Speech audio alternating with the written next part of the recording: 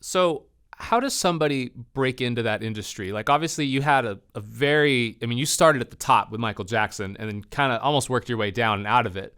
Um, Somebody who I have a lot of people, obviously I run with a bunch of session musicians myself who are all over the world. But I also get a lot of people asking, like, how do I become a touring musician? How do I become a session musician? What advice would you give to them to try to break into that industry? Well, this is going to be an answer that probably most people will hate. So I'm going to just brace myself. but,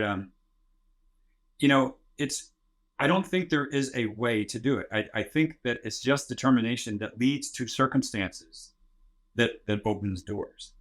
So um, if you read about these actors who made it in Hollywood, they all have these weird stories about how they just kept doing it, they kept showing up, and then one day they had to fill in for someone, or I think Brad Pitt's got a story where his he had a he was an act he had an acting he was at an acting school kind of thing, and one of his classmates wanted him to help her because she had an audition, and assist her in the audition. And then, of course, so he said yes, but then she did the audition. They weren't interested in her; they were interested in him, right? So these opportunities come about when you just keep being around, just keep doing things. In my case, um, I got lucky because I had a deal with Shrapnel Records, so everything led to everything, right?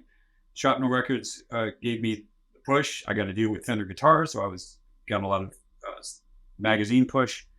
Um, People bought the albums that people kind of dug me, so that was nice. Jennifer Batten liked me, so that was great. So she recommended me for this gig. Now I never would have had that gig had I not had the deal with Shrapnel.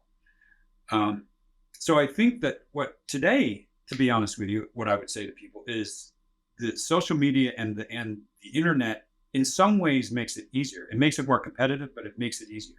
Because if I were a young person today wanting a gig like that, wanting the gig with whoever, Bruno Mars or whatever, and I would just, I would just push my social media to the max, and I would work it and work it and work it and work it. I try to put music out as well, but I would really try to build up a presence and a following, and I would also make sure that I'm doing things that those kinds of bands would want. So one of the things that I'd say to my students a lot, because they'll ask me the same question, I'll say, well, basically what you're doing, you're a touring musician is really like a session guy. So your strengths have to be in getting tones, adapting to different styles, um, being good at rhythm guitar playing, being good at social interaction. You have to be a responsible person. You can't go partying out, and not get up in the morning. You have to, the bus leaves at 7.